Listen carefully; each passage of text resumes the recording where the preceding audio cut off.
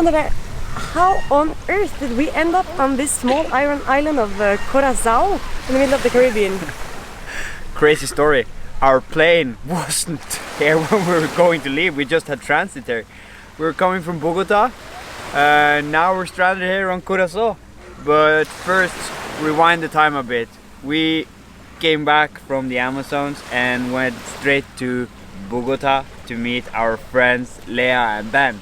That is true. Leah and Ben was 2 of the 6 Canadian people that we met walking to La Perdida, the lost city. And they invited us to come to their home, and we said, well, yes, let's do that. So we have stayed with them for 5 days in Bogota, seeing a little bit like different Bogota than the last time we saw Bogota, because what happened then? The last time I got robbed with a knife, which was quite dramatic actually, and like a bit traumatizing, I would say. I needed some weeks to like calm down. But this time we stayed with Leah and Ben in this other area of the town, which was really different than what we experienced the last time, and they showed us a lot of the things you should do when you're in Bogota. First of all, they showed us this restaurant. What was it called? Andrés Carnes de Res. An amazing place. Crazy restaurant with everything happening at once. You would have dancers and a lot of food, a lot of music, a lot of show, bands coming up. It was a very crazy place to be. Yeah. And they also showed us other live bands places, bars with live bands, because that's quite normal in Colombia. And they of course showed us at these places the Colombians who are really good at dancing. Oh yes, we tried to dance as well, but we were not that good. We're not that good. We also met the other guys, or 2 of the other guys from Ciudad Perdida, Janine and Eva, which are also living in the same area. And we went out coffee tasting with Janine. Yes. Which was amazing. The Colombian coffee, even though they send most of it to Europe and the States, when you first get good coffee in Colombia, it's amazing. We learned quite a lot about coffee tasting. And she also showed us parts of Candelaria that we hadn't seen the first time, like a market, for example, with baskets and stuff. And a day later we went and saw a market of fruits and also flowers. Yeah, it's one of the biggest markets in all of Colombia. It's really huge and they have all sorts of fruits, like you said, a lot of flowers, but you have to be there early to see those. And we also went on a hike actually, quite like straight outside of Bogota to the biggest or the tallest waterfall of Colombia. But it was quite foggy because this is in the rainforest in the clouds, it's called.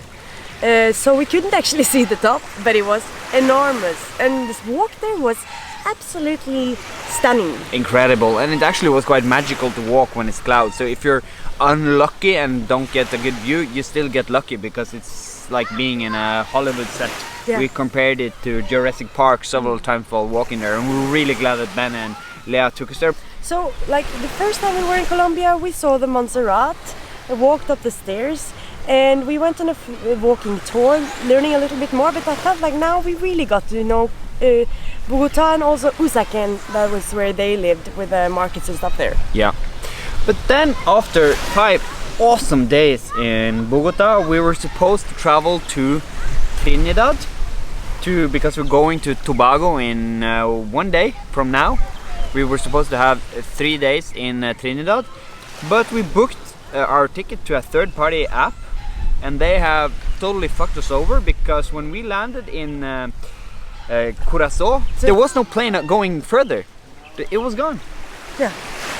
So we were stuck in this former Dutch colony for 3 days, but it's quite beautiful here and also really strange that everything is written in Dutch. The language here is a mix of Dutch, English and Portuguese, and they have so many of these really nice houses that seems like it could have been in like Amsterdam. Yeah, it almost feels like you're back in Europe when you walk into this country, because first of all, when you have a European passport, you don't have to stand in line.